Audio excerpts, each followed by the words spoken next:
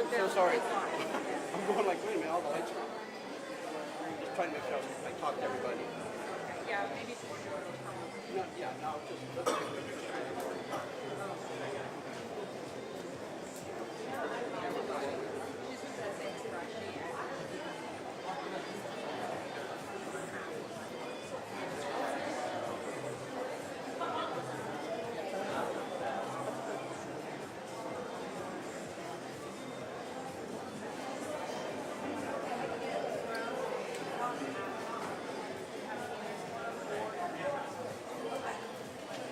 So we should have three mics.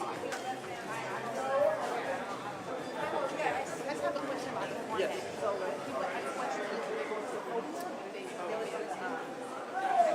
Basically, put that in there. Even if you're not sure, you don't know if they're going to answer in the chair or walk out.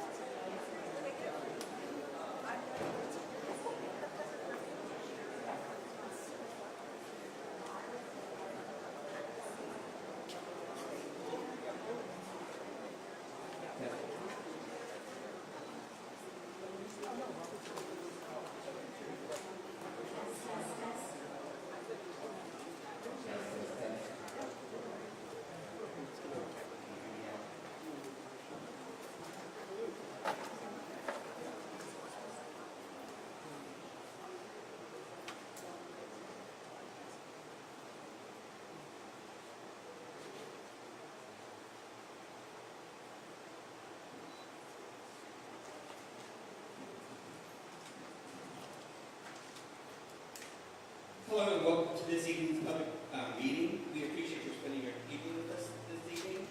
I'm going to go ahead and present our presenters and our facilitators this evening. We have our cohort. Please greet Alana Reed. She is the community engagement for the City of San Antonio Police Department. We also have Chief McManus, who's here to answer questions for us, and then also Deputy Chief Salome is the reference.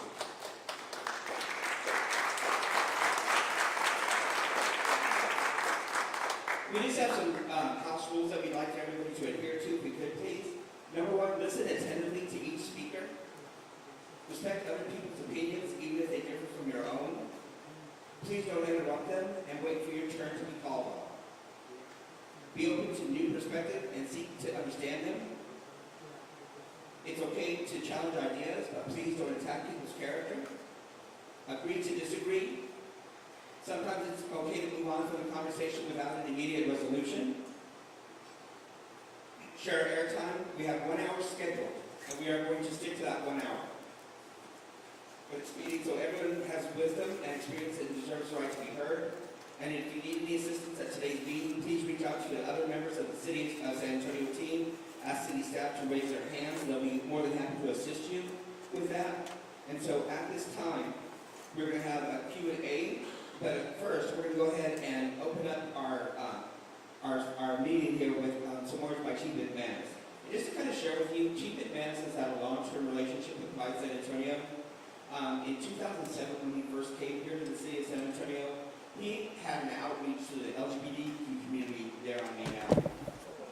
There was an issue of people that were being murdered behind some of the bars or being murdered in nearby parks and things like that. And so he really wanted to address that issue.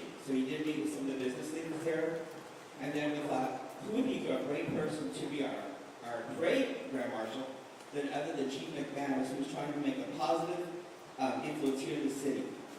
Our theme this year is unity in the community, and we really feel strongly about that here as a pride organization, but as a city. There's too many things that are happening outside of the city that are having negative impacts on us as we stand. It's important that we move forward as a city to address these issues. It may not always be how we want them to be addressed, but we need to have that conversation, and we need to know how we can move forward and address them in the future.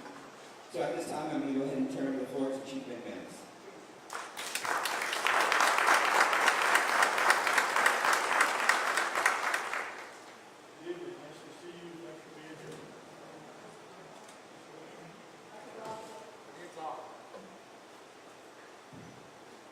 Good evening, nice to see you. Thanks for being here.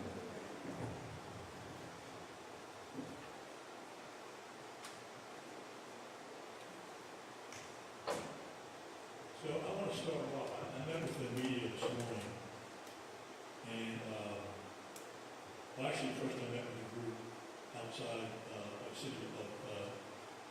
the council chambers that showed up at council chambers this morning, and I had a good conversation with them, and I'll go over some of that conversation with you. And I also went to met with the press this morning at police headquarters to go over exactly what I'm going to go over with you tonight. And the first thing I want to do, I want to diffuse a couple things. The first thing is the press release that went out. That went out prematurely. It never should have gone out, saying that we didn't have any evidence that it was a hate crime. Because we didn't know that. We didn't know whether we did or whether we didn't. So that went out again, and it shouldn't have. I apologize for that.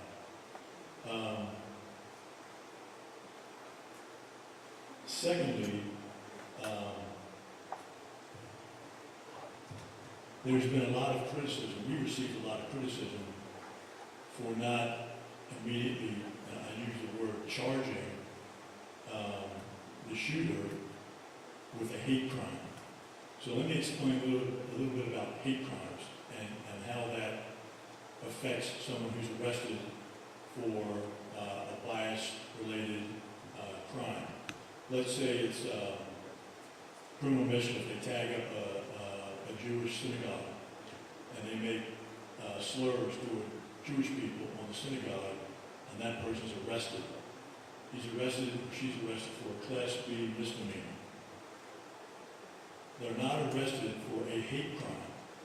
So where a hate crime comes in is that designation is put on the predicate offense by the judge after it's presented to the court by the DA's office.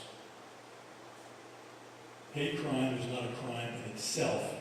It's attached to another crime, such as murder, or assault, or criminal mischief. And the way that works is the DA's office will add that to the indictment, or they will file with the court to make sure that that designation is attached to the defendant in that crime. So there is no hate crime. So what we will do in this case is we will gather all the information we can, past events in the neighborhood, this current murder. We'll gather all those facts that led up to this day, and we'll present that to the DA. And it'll have all the information regarding the offense itself and any information that may designate a hate crime to the murder. Is everybody clear on that? Okay. So just to be clear, we don't attach a hate crime designation to the offense. That comes down later on at the DA's office after our case is filed with the DA's office. We are also working with the San Antonio Fire Department, arson investigators, going back to look at the fire to Mr. Joss's house. So we're investigating that as well, and that information could also be included in the filing when we take it over to the DA's office.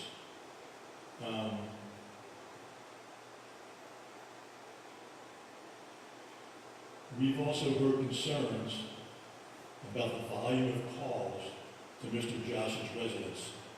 Some of those calls were made by him, some of those calls were made because of him. We are looking into all that, and that will go into the investigative report as well, if it's related to the murder, or could have any bearing on it. And then lastly, this case remains an open and active investigation. So I shared very, very little with the media this morning about the case, other than what I'm telling you right now. I tried to clear up the press release that we put out the day after the murder too soon. I tried to clear up the misunderstanding about how a hate crime is attached to this murder. I didn't go into any of the investigative facts. That the report on the murder has been released, and we've answered any questions that we can without interfering with the investigation about that murder.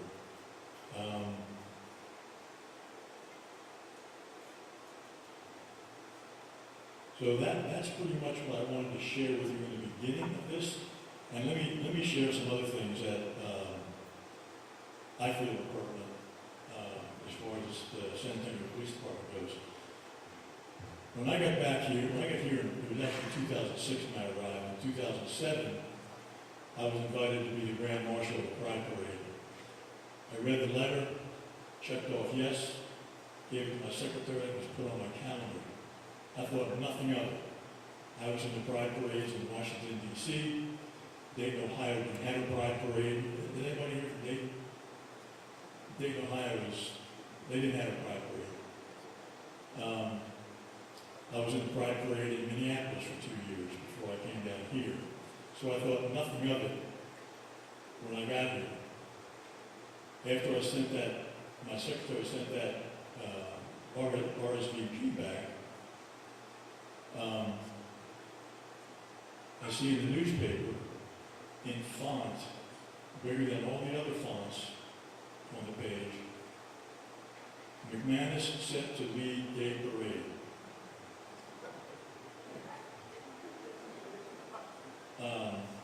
That kind of was my reaction. And then subsequent to that, there was an article in the Express News that talked about me having a relationship, a romantic relationship, with a retired NFL football player back in Washington. I don't know if anybody read that back 20 years ago, but I thought it was kind of funny. And I can tell you the story behind that if you're interested later on. But anyway, I want to say, and I'm not blowing my own horn here, but I think a lot of progress has been made between the police department and the LGBT plus Q plus community since I arrived here. And that was actually an article or an op-ed piece in the Express News after I was Grand Marshal of the Pride Parade that year. And I have to agree with him that we established a great working relationship.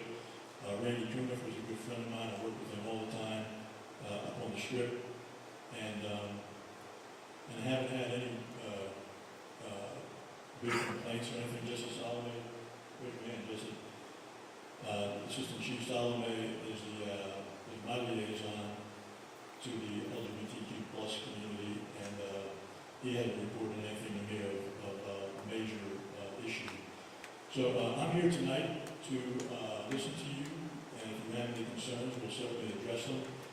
If you have a concern or a question that I can't answer, I'm going to ask Olga Mikulis to touch base with you, get your name and number, and we'll touch base with you tomorrow before the close of business and try to provide you with an answer or set up a meeting with you to come and meet me at headquarters, or I can go out and meet you wherever you like. But that's how we handle that. So I'm open for your questions if you have any. I'm sure you do. Okay, we're going to go ahead and get started here. Sorry, I'm a little bit loud. And we're going to start from the back to the front. Elena's going to cover this side over here, and I'm going to cover over here. We do ask, and I'm going to go back to my husband mind went into teaching was to raise students to be good citizens. So I asked, let's remember a little bit, we all want to be good citizens here. We all want to allow, again, the respect to others. And we'll go ahead and we'll work through the crowd from the back to the front.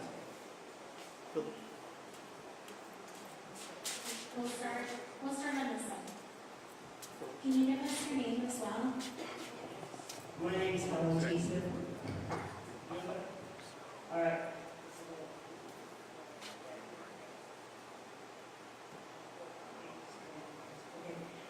My name is Helen Tiesett, and I recently moved to Levon about 2.5 years ago. I actually walked with you, sir. I begged you, your police officers, to come to my last neighborhood that I lived in for 58 years to help us and the elderly there, being overrun by drugs and stuff. But my wife lost her son. We moved here. We want to be closer to our son. And about 6 months after we got here, our neighbor started harassing us. He's come onto our property. They said we need a video. He has climbed an 8-foot privacy fence on ladders and through our windows. I finally, at 2 times I've caught him and had it out with him. And the last time I put the cameras up, and the police officer that showed up told me they can climb the ladder anytime they want to look over your fence. I said, okay, well, that's weird. And then it's gotten worse. I don't know if something mentally, I'm sure something's mentally wrong with this man. But my wife, this man would beat his dog, let him off, and then they got stolen or something, so they took him. He thinks my wife took him, so every day, he came out there, as soon as he hears me leaving my motorcycle to go to work, he comes out and he told her, come here, I'm going to kick her, you know what? And she got freaked out, she called me, I said, oh, please. The next day, he's waiting on the curb in the dark. She comes out at 5 in the morning to go to work. And I'm asleep because I'm a school teacher and I don't have to get up that early. And then he has a flashlight and he's shining in her eyes, glaring at her. They said, oh, well, he can stand out there and do that all he wants. The following day, he's out there with a bat in the street waiting on him. So I'm having to get up with her. And I got all these cameras now, right? And I'm pointing them like right at this fence. And every day he comes looking for her, he knows her days off. We had to switch her days because he's looking through the gardens in front. We cannot be in our backyard. We have a pool in our backyard. It's empty. She will not go there. She's petrified. We took our gardens from the backyard, put them in front, thinking our neighborhood would be safer. We called the police. Every morning I can show you in my phone where he comes to the gate with a rifle, with a bat, a rifle, a bat. You know, he went out the street, came home from graduation last Thursday, and the people across the street were having a party, graduation party, and he came out the street calling, and he's racist. He also racist, calls everybody Mexican. And he is Mexican, which drives me nuts. But he came out the street, and the man was having a birthday party, and he starts calling her names, and he starts kicking at him. And so we go over there, and I'm trying to stop the man from the street, like, don't hurt him, don't do nothing, like, just go back to your house. But he is, in short, he has sicked his dogs on us. Your police officer said, well, he can sick his dogs on you as long as there's a fence between them. And an elder lady older than me, right? When about the ladder thing, oh, you can do the ladder thing as long as, they can stand in the street as long as there's that. He has shot his rifle off, and nobody comes to visit us anymore. He shoots his rifle off in the back all the time. The first time he did it, I said, what are you doing? And he said, I'm shooting hawks. I said, don't you know that's illegal? And so he walks up. He starts shooting. He actually shot out front. I asked the safe officer, which, I'm going to say it right now, the safe officer's his friend. He goes to breakfast with him to protect him. And I asked the safe officer, the people across the street want to make a complaint about the guy shooting out the front door. People out front. Every time y'all come, you change the story. The last one, I was just out Saturday. I worked a 7-hour shift. I worked 3 jobs that I retired twice. And I come from the train station on Tire the zoo. And we leave to go eat. I open my camera, and he comes out and just is underwear. And he goes out there while people across the street or on their patio having a barbecue, and he relieves himself in front of the children in my video camera. And so the next morning, I call y'all to show you the video, and that police officer says, well, we actually have to have somebody to actually visually see it. What do you want? You tell me you want video, then you tell me you want visuals. So I had to go across the street and I said, where's your son home? Are your children? I said, yes, we'll be here in a little while. We made another report about that. I'm sorry. I also want to give you But Chief. just, my nervous system is a wreck. I have PTSD, and it took me like 20 years to learn how to sleep. And I get to this house, and I'm so, and I'm not afraid. I'm afraid of myself, because I'm very upset with this man. And it seems like every time we call y'all, he gives us speak. I went down to your police station 2 weeks ago. He made over 400 bogus calls to my house in the middle of the night, waking me up. I walked outside your police officer shining lights in my face and stuff. How long has this been going on? 2.5 years. Okay. 2.5 years, and I'm a wreck. Let me say this, I'm sorry that we have not been able to fix that for you, and if, to your satisfaction. So, Holger's going to take your name and number, and I promise you that we will resolve that issue for you. I appreciate it. I even wrote a 3-page letter to your Sergeant Ross and hand carried it to the West Side Station. He wouldn't come out. He sent Officer Connor out to tell me, oh, we'll just go to mediation. I was like, there's a 60-second, that's not mediate. I'm sorry. Like, you know, and so. If you would give Holger your name, your address, and your phone number, I appreciate it. And like I said, thank you for all you do, because I know you did come out to our last neighborhood a lot. and I'm going to give you this number, don't give it to anybody. It's my number. Don't tell anybody else. 210-207-7360. If you call and I'm not in the office, leave a message and I will return the call. If I'm in the office, I will take your call. I appreciate it. Promise. I appreciate it. I just wanted to be done because we moved to this house, you know, we're in the last of our years. This will be our last house before we move to something tiny, and I just want peace. My personal business is to teach people how to regulate their emotions and live in peace and life. That's my personal business. So, Chief, we have a question back here.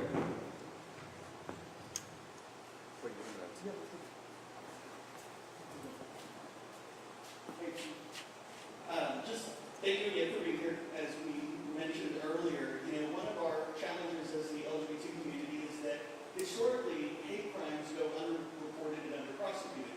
And I know that as SAPD, you all don't add that hate crime charge at the beginning, right? That hate crime charge comes when the sentencing phase comes through. Having said that, the concern with SAPD making the statements that they did, and I understand we're walking that back now, but the concern is that when we make these statements and say this is not a hate crime, then that could be used in the criminal defense against our community, right? And so the concern that I have is that, I know we've done a lot of training, I know that the LGBT community has done a lot of work with people, but that training needs to be continuous so that we can continue the relationship, because we do have a great relationship. I remember when you first came to San Antonio, and you met with San Antonio Stonewall, and you promised to support. So this is a testament to that, and we do appreciate it. But we do think it's important that maybe increased training happens with your officers so that that type of language is not used, because while you cannot apply here, it can negatively affect us in the system. I can guarantee you they'll come back if the defense says that. I guarantee you the prosecution will come back and say, yeah, the man said the same the next day. So hopefully it doesn't happen. But thank you. Elena?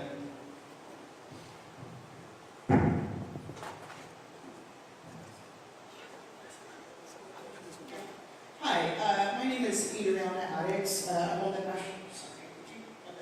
National Board of the Human Rights Campaign. I don't know how much work we've done with you, but as much as you can share, what it sounds like is that it was a breakdown of process and maybe an assumption of not as many eyeballs on the press release as it were, and what ended up happening is it was national news. And so my observation is that either it's the same, it is the process, or it wasn't a break process and you're just not used to the eyeballs, or it was a breakdown process and then is that what happened and what are we doing to rectify the down the process. Yeah, I think this will answer your question. I didn't quite catch the first part of it, but I can tell you why that press release went out.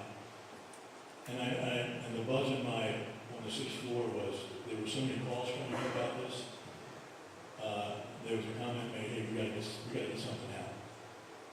So we put something out, and obviously it didn't go over very well. But that's why a statement went out so soon. I mean, it was barely 24 hours after Mr. Joss was shot. And again, the buck stopped with me, so I take responsibility for that. And I guarantee you it won't happen again. Did I answer your question? Is there an expectation of, I guess my thing is, if, has this not happened before, so you don't have a response to it where all the team knows this is what we're immediately doing, or again, the expectation of no, but there is not any focus on. The biggest thing is that this became a national, and it in the beginning was a process error that got you here, and so I'm just saying, are you thinking about that enough to where it's serious enough, or everyone just kind of threw everything up in this? No, I guarantee you we thought about it seriously, and I can also guarantee you it won't happen again. Thank you. Over here. He hasn't reported anything to me as a major issue. Over here. Oh.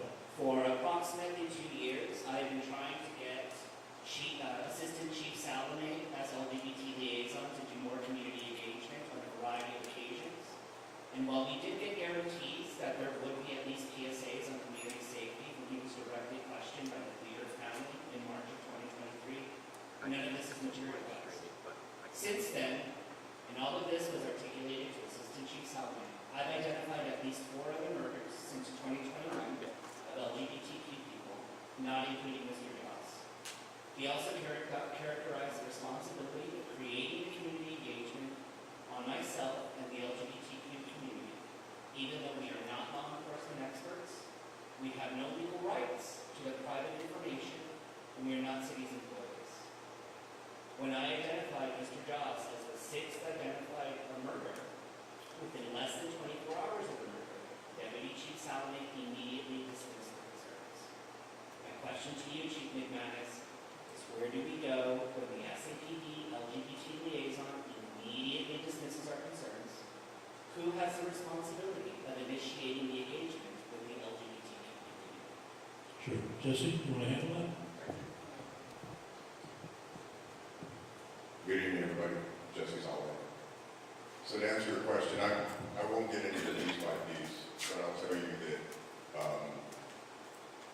you're misrepresenting a lot of what we discussed before. And there's been people that have been there for all those meetings regarding the PSAs. So let me say this, to echo what the chief said. When I got your email, I violated my own rule, like you should do with email. I responded emotionally because I got a little frustrated that you essentially have been accusing me, and by extension the police department, of somehow allowing 6 men in this community to get murdered. A community that I love and I care deeply about. So I got a little bit offended by that. What I should have said is that it is under investigation and we are exploring all the facts. I got ahead of myself there, and I own that, and I'll learn from that. So with respect to everything else you said, and your feelings about that, you were one voice of many. I'm sorry that we can't seem to get on the same page. I'm certainly willing to continue to work with you, like I say every time that I talk to you. I'm a phone call and an email away. But just respectfully, we're just not on the same page, and I don't think we're going to agree on any of that tonight. And so I'm open to having that dialogue with you when you want to have it, and I would love to have an open and honest conversation with you.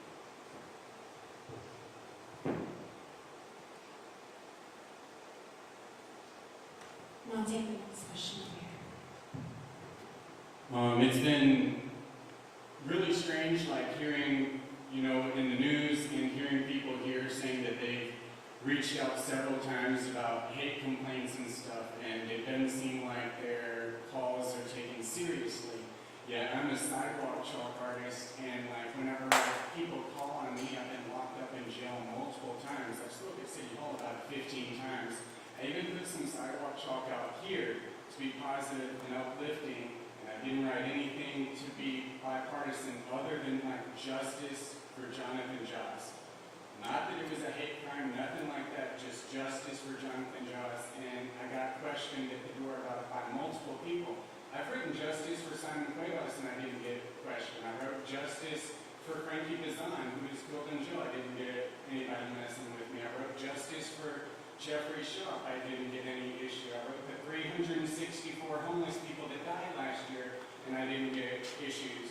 So it's weird how y'all can arrest someone for something as silly as sidewalk chalk, but then people can actually be violently and like terrifyingly harassed and terrorized, and their calls don't get answered for a long time. It's not really a question, it's just, wow. Okay, I appreciate your comment. Okay, we hear. Hi everyone, my name is Jocelyn Lear.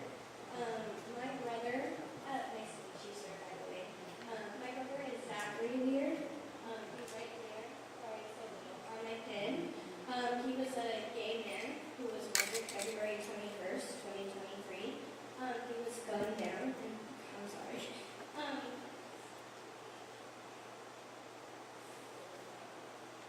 Broad daylight.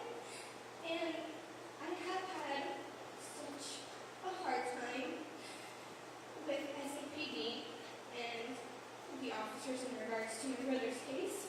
It has been over 2 years since my brother was murdered. And unfortunately, my relationship with SAPD has not been the best. We have had a change in detectives because the first detective insinuated that my brother was promiscuous by going onto dating sites such as Grindr or anything else, as normal straight people do, right? But when he was helping me identify the body, that was his question. Was your brother promiscuous? Did he have any history of hooking up with people? And that has stuck with me and my family the entire time. And I feel like, even with my new detective, still no good communication. In the beginning, when we switched detectives, he was giving me all the promises. I'm here for your brother, I'm here for your family. But I have not got that. And I'm sitting here with all of you, with another man, Jonathan Joss, brutally murdered, gunned down again.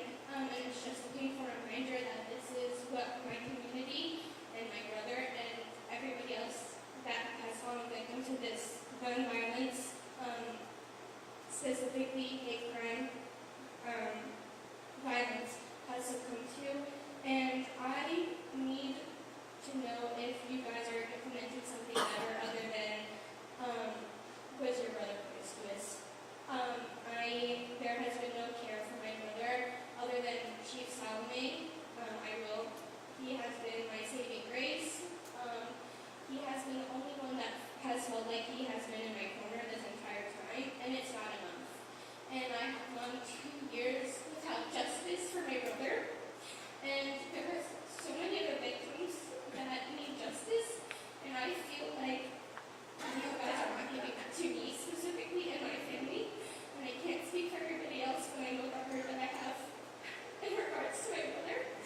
And there has been nothing, no reward money, nothing. I have not heard you speak on my brother's case.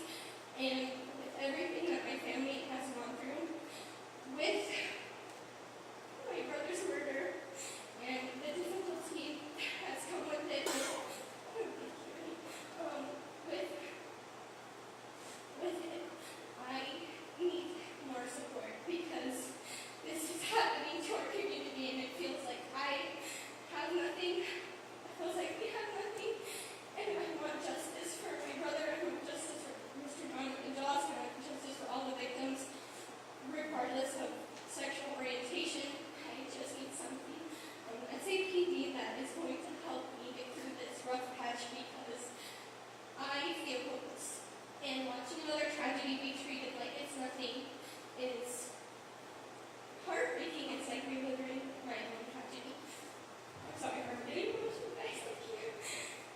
thank you for that, and I'm sorry for your frustration. Would you be open to speak with Assistant Chief Solomon again? Okay, so I'll have Olga, come over and get your name, address, and phone number, and then, Chief Solomon will give you a call tomorrow. And we'll get that straight for you. Okay? Question here in front. Hey Chief, so my name is Amanda Thomas, probably all of you know, I'm Executive Director of the organization Act 4SA. We do a lot of support services, civil rights services, for folks that face police brutality, discrimination, all of that. But what I want to talk with you about, Chief, is like, I appreciate you talking about the response and the press release. You know, to relating to Jonathan's murder, but I think what we were hearing from a lot of folks here, and I know a lot of the questions that we're getting from our folks is, how does this happen? How can there be a better response? We've had multiple instances of people saying that they made call after call after call about harassment, about violence, about escalating actions, about not getting responses on their brother's murder cases. I mean, I know another family, 2 years, they basically murdered their daughter, nothing's happening with the case. So really the question is, what commitment can you make to have a better response to community? Or are you guys working on a plan to make sure that you're answering these calls faster so it doesn't end in murder? The commitment that I can make is that we hold folks accountable if they're not answering these calls properly. I mean, it happens all the time, the accountability part of it. If we find out that a call is not answered or someone doesn't respond, then they're going to be allocated for it and face the disciplinary process. So it's my commitment. And if anyone in here does not receive, thank you, Amanda. If anyone in here does not receive the response to their calls that they feel they should receive, then please call a supervisor. And I gave you, if you didn't copy my number down, it's 210-207-7360. 210-7360. I'm sorry, 210-207-7360. And my cell number is 210, but seriously, just call my office if you're not getting the appropriate response that you should be, and I'll send that down the flagpole, and somebody will get a hold of you and talk to you about that. Thank you. Actually, thanks for coming out tonight. I appreciate what you've said so far. My name is Dr. Ben Hurl. I'm the District 1 appointee to the Mayor's Council on LGBTQ Equity. And first, again, I just want to start by saying thanks for coming out tonight. And I want to put some data in front of you. So I'm part of a research team at Trinity University. We just published a study last year documenting the experiences of a little less than about 800 members of the LGBTQ+ community in San Antonio. Some of you in this room might have responded to that survey. It's available on the Pride Center's website. If you'd like to read this report, you can find me after, and I'll tell you how to get there. But I just wanted to share these figures with you. Less than 1 in 5 respondents in that survey said that they were comfortable ever seeking help from SAPD. 35% of those respondents said they had openly been called slurs by police. And a whopping 70% of transgender respondents said that they had been intentionally misgendered. Officers had refused to use their correct pronouns. My first question is, are you aware that this community is having those experiences? No, I'm not. And, it's unfortunate that the survey shows that, but unfortunately, it doesn't seem to come up a flagpole. But yeah, and I guarantee you, if it did, I mean, certainly we're going to hold people accountable if we discover that that's happening. Unfortunately, again, it's never come to my attention.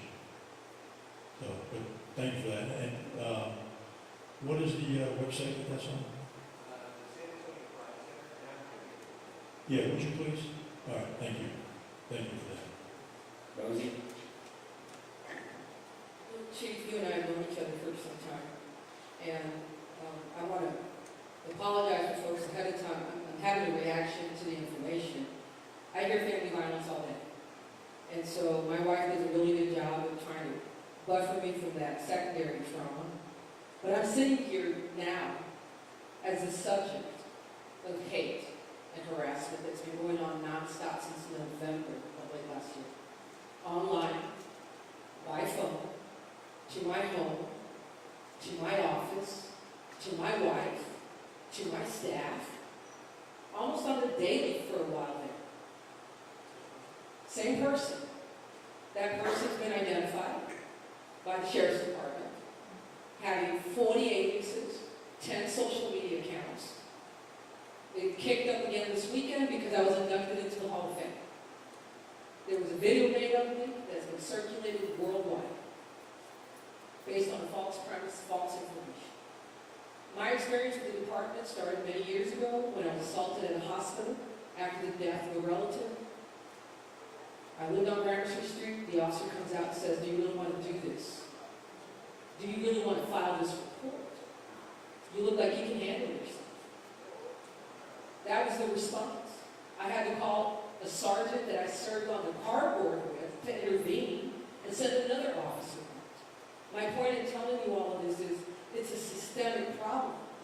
It's not just people losing loved ones. And because it's a systemic problem, that type of harassment and behavior has been normalized to the level that they think they can do that to an elected official like me and not face any consequences because they're not facing any consequences. And I know that you're not the charging instrument.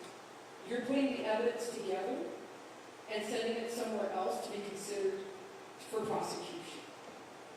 And I think these folks here, my brethren, my brothers and sisters, know that if I'm not safe, what makes them feel safe? I don't like walking around with 2 knives and a gun. Only for it to be used against me because I forget it in my bag at the airport, or some cop has a hard-on for me at the Tolkien Center, makes up a story about me having a gun there when I didn't. It's one of your cops, Officer Gonzalez. I can point him out because we beat him in court on the divorce matter, and he's had a hard-on for me ever since. So, and I sat on that board for 6 years, and I know the problems, which I'm sworn not to talk about, but there's problems culturally within that law enforcement that you lead. Now, if everyone was just like you, we wouldn't have these problems, but they're not. And this question posed to you about, do you know this is going on? Seems more like you have aspirations that everyone come to us like you do, but they don't. So what are we going to do moving forward to make sure that the promises you're making today are kept by every officer that stands behind you? Judges, the last case you described, is the sheriff's office handling, have they taken a report, filed charges on it? The file was submitted and At large? was submitted and the respect prosecuted. The legal respect prosecuted was appointed. The prosecutor prosecuted because the DA had accused himself, alleging that he has conflicted out because I'm the judge of his jurisdiction. Okay. Let me say this, Judge, in response to that, in response to other comments like yours. If you have an issue with a police response that you feel disrespected, or whatever it may be, please report it. I promise you that if you report any instance of misconduct, disrespect, we will investigate it, but we have to know about it. If we don't know about it, we can't do anything about it. Please report it, and it'll go up the chain to internal affairs. The way the internal affairs process works is a complaint is entered to internal affairs. Whatever that complaint may be, it could be real serious, it could be minor. The investigators investigate that. It goes to the CAR board. CAR board is made. CAR is Citizen Complaint Advisory Board. When it goes to the board, a board of of 7 police officers and 7 citizens hear that case. Once they hear it, there's 2 things they do. One thing is they vote to either sustain it or not sustain it. Either it happened or there's not enough evidence to prove that it did happen. What happens after that is, if it's not sustained, they're done with it. If it's sustained, they take a second vote. And the vote is for a recommendation that they send to me for discipline, or I call corrective action. And then it comes to me, I sit with my attorney and my staff, and we go over every case that was presented at the board. And together, we sit and we decide, the board makes a recommendation. It could be a 10-day suspension, 20-day suspension, whatever it may be.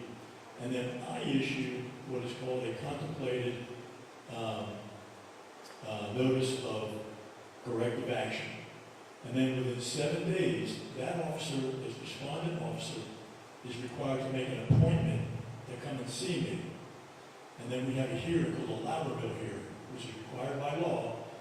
And the respondent officer, 9 times out of 10, they bring their attorney. I have my attorney there. They try to present mitigating circumstances that will change what the corrective action issue might be. So that's how sometimes it changes it, sometimes it doesn't, sometimes it is worse. But that's how that happens. So if you have cause, please file a complaint. Because again, if I don't know about it, we don't know about it, we can't address it. Chief, I think we have time for 2 more questions and a half, one right here. Hello, my name is Khaled. I'm a community builder with Act for SA. You're familiar with us. One of our other priorities is to get with the community and create and reimagine public safety, because we know police is not the be-all, end-all of safety and creating a safer community. Before I get to my question, I just want to say, as someone mentioned, it's a systemic issue, because over 60% of officers that go through that process, which you just spoke about, that you fire, you and your department fire, are rehired through arbitration, which the San Antonio Police Officers Association has a veto power over the arbitration, or over the arbiters involved in those cases. So it is. Well, that's not accurate. They don't, but go ahead.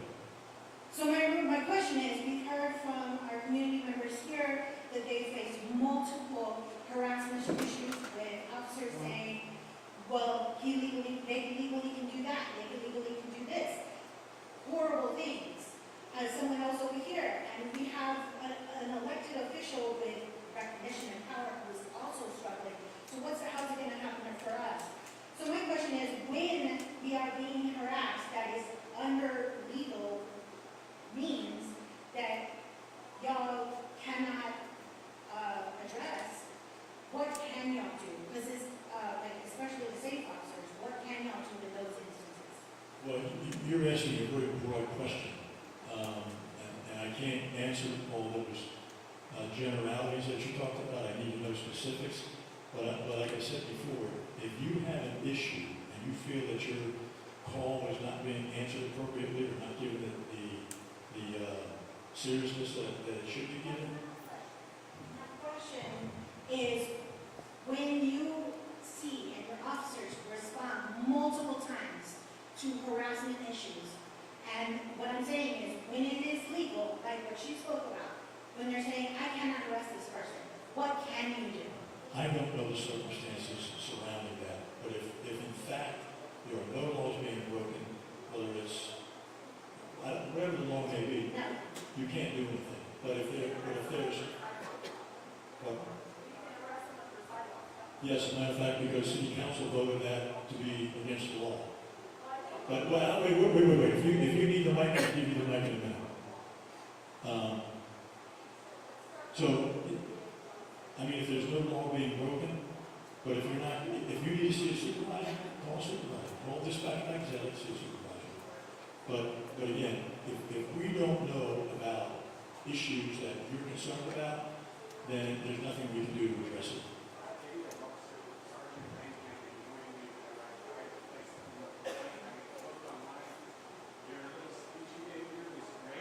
It's all online, but whenever you search for a number to call or you search for a way to place that that complaint, it doesn't make it straightforward. I had to go to 3 different police substations. Finally, I got to talk to Officer Branham. I spoke to him 10 minutes. He did not let me write down anything. Like in Leon Valley, I filled out a police complaint form, and they told me, hey, you need to get it signed over here with someone. But there's so many blocks, and now I've been ignored by him for 3 months now, and like this is why people like Matthew Luckhurst got to stay on the force, because it's so hard to complain on time, and then people who serve someone a shit sandwich can get back on the force. This officer who first hit me and threatened to take me to jail because I fell down on my skateboard and didn't get up quick enough. You're making a mockery of the police like this. Can you give us just the phone number so we can interact with internal affairs, or the emails? The number for internal affairs is 207-7365. It's online, 207-7365. And Matthew Lucker, well, you can put it in your phone. Okay, there you got it.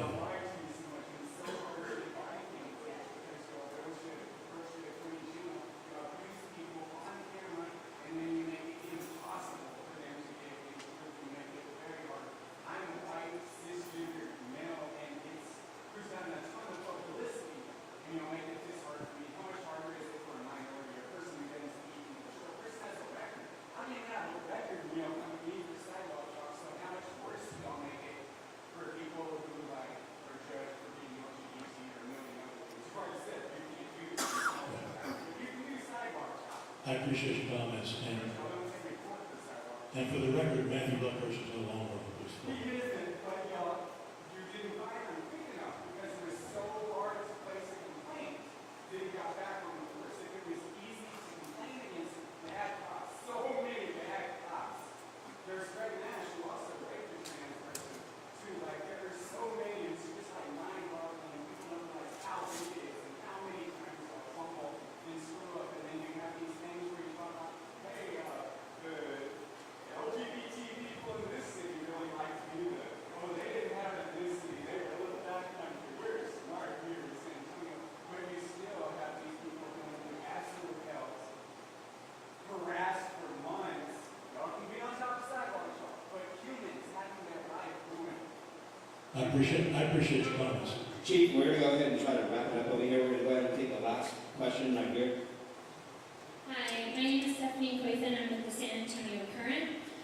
Earlier today, Jonathan Joss's husband posted to Jonathan Joss's account on Facebook saying, "My husband Jonathan Joss was murdered in a hate crime. He spent years begging for help, reporting threats, pleading for protection."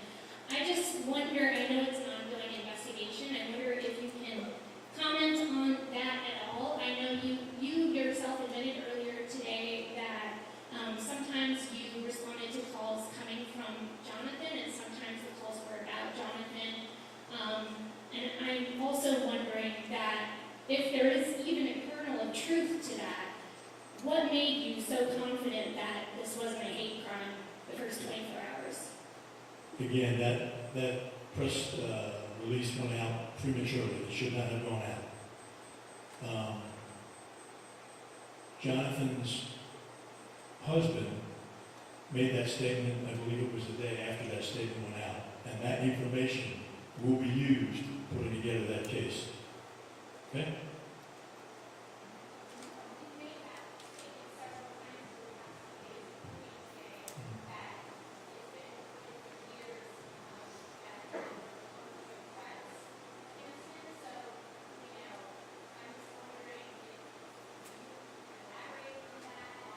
I can't because I don't have any knowledge of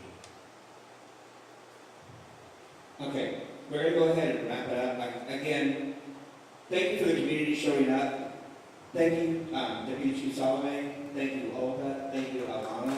Thank you, Chief McManus. Thank you very much. For being able to have this conversation with your citizens of San Antonio. It's important that we continue to have this dialogue. It's important that we bring these issues to the police department. I think they are working towards improving relationships with the citizens of San Antonio. Again, it is a work in progress. We do have our Unity in the Community forums that we've been having here at Woodlawn Point, that we continue to have, and we continue to open those up to have these types of discussions. They've been actually hosted by Lindsay Lang, who's been doing a wonderful job for us here, Lindsay. Thank you again for always doing that for us. But the thing is,